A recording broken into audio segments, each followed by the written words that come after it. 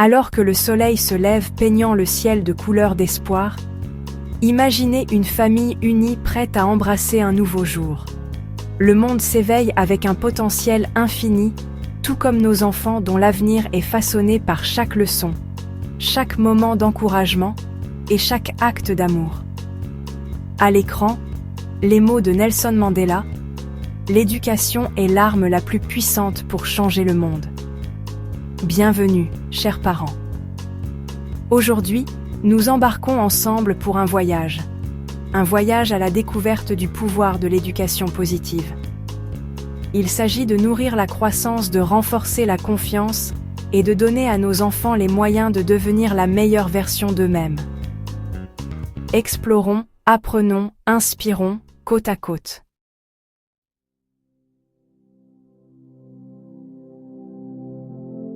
Bienvenue sur cette chaîne dédiée aux parents courageux et bienveillants, ceux qui cherchent chaque jour à devenir la meilleure version d'eux-mêmes pour leurs enfants.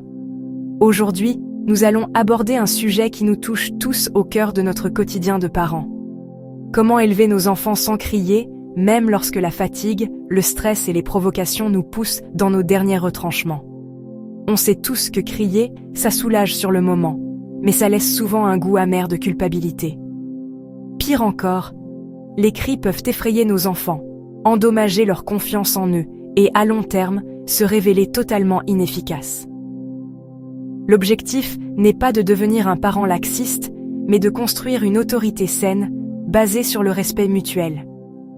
Alors, reste avec moi jusqu'à la fin, car je vais te partager des astuces concrètes et faciles à appliquer pour transformer ces moments de tension en opportunités d'apprentissage, pour geler ta colère et corriger ton enfant avec calme, et une autorité juste et bienveillante. Astuce 1. Faire une pause stratégique de 5 secondes. Imagine la scène. Ton enfant vient de renverser son verre de jus sur le tapis tout neuf. La colère monte, c'est une véritable vague émotionnelle. C'est ton cerveau reptilien qui prend le dessus, prêt à réagir de manière explosive. C'est une réaction de survie, mais totalement inadaptée à la situation. Avant de laisser cette vague te submerger, accorde-toi une pause, juste 5 secondes. Respire profondément par le nez et expire lentement par la bouche. Compte dans ta tête. 1, 2, 3, 4, 5. Ce simple geste envoie un signal à ton cerveau pour lui dire « Tout va bien, je contrôle la situation ». Cette micro-pause désamorce la réaction impulsive de l'amygdale, cette petite partie de notre cerveau qui gère les émotions fortes. Elle te permet de passer d'une réaction instinctive à une réponse réfléchie. Tu reprends les rênes et tu te donnes le pouvoir de choisir tes mots, au lieu de laisser les cris s'échapper. Astuce 2. Se connecter en se mettant à leur hauteur. Crier depuis la cuisine pendant que ton enfant est dans sa chambre est non seulement inefficace, mais cela crée aussi une distance physique et émotionnelle. Quand tu te tiens debout et que tu parles à ton enfant qui est assis par terre, tu crées involontairement une dynamique de domination. C'est intimidant. La solution est simple, mais incroyablement puissante. Descends à son niveau. Agenouille-toi ou assieds-toi à côté de lui. Cherche son regard. Ce simple changement de posture transforme complètement l'interaction.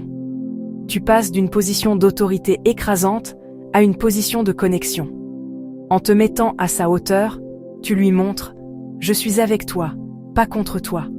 Je te vois et je te respecte ». Ce contact visuel direct et bienveillant est un aimant à attention. Il capte son intérêt bien plus sûrement qu'un cri. Ton enfant se sentira en sécurité, considéré, et sera beaucoup plus réceptif à ce que tu as à lui dire. C'est la base du respect mutuel. Astuce 3. Décrire le comportement, pas juger l'enfant. Quand la frustration nous gagne, on a tendance à utiliser des phrases accusatrices qui jugent l'enfant dans sa globalité. Tu es insupportable. Tu n'écoutes jamais. Tu me fatigues. Ces mots sont comme des étiquettes que l'enfant peut finir par intégrer, ce qui nuit à son estime de soi. L'astuce est de dissocier l'enfant de son comportement. Il n'est pas méchant, il a eu un comportement inapproprié. Pour cela, Utilise des phrases qui décrivent factuellement ce que tu vois, en commençant par « je ».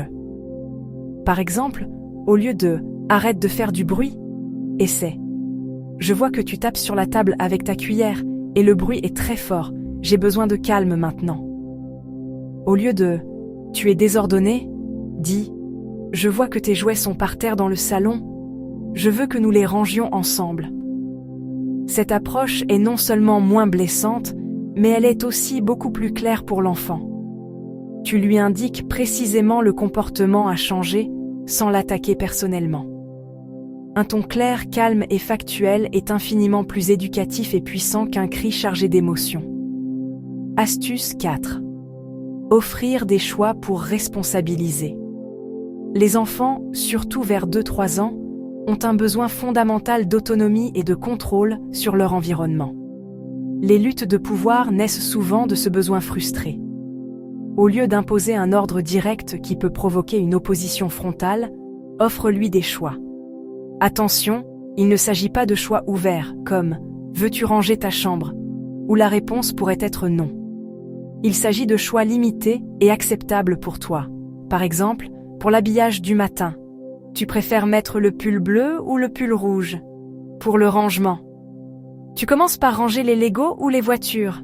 Ou encore, tu ranges tes jouets maintenant ou juste après ton dessin animé, mais ils doivent être rangés avant le dîner. En lui donnant le choix, tu lui donnes un sentiment de pouvoir et de contrôle, ce qui le rend beaucoup plus coopératif. Tu restes le capitaine du navire en fixant le cadre, mais il a l'impression de tenir un peu la barre. C'est une stratégie gagnant-gagnant. Astuce 5. Le pouvoir du silence pour désamorcer.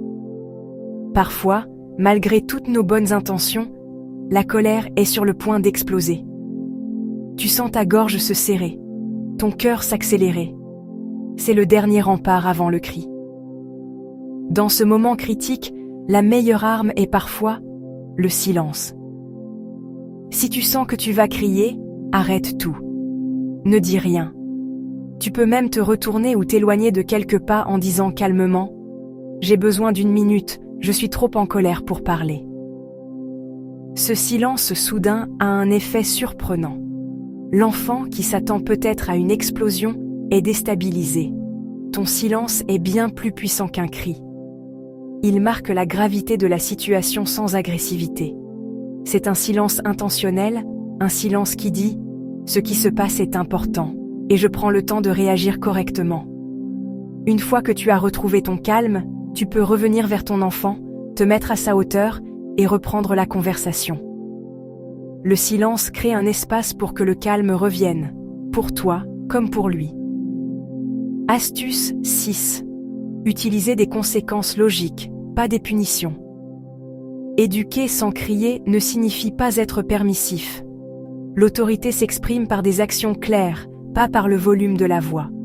Il est crucial de faire la différence entre une punition et une conséquence logique. Une punition est souvent arbitraire et liée à la colère du parent « va dans ta chambre ».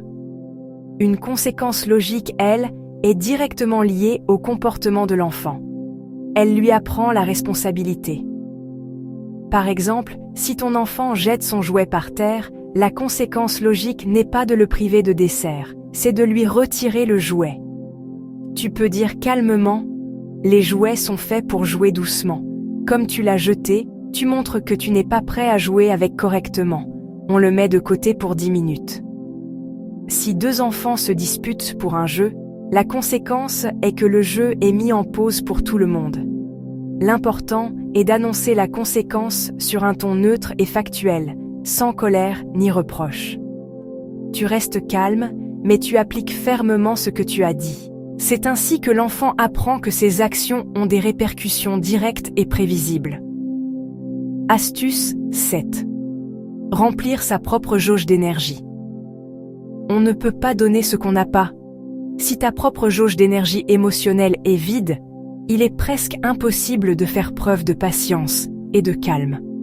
Un parent épuisé, stressé, qui n'a pas pris 1 minute pour lui, est un parent qui criera plus facilement. C'est mathématique.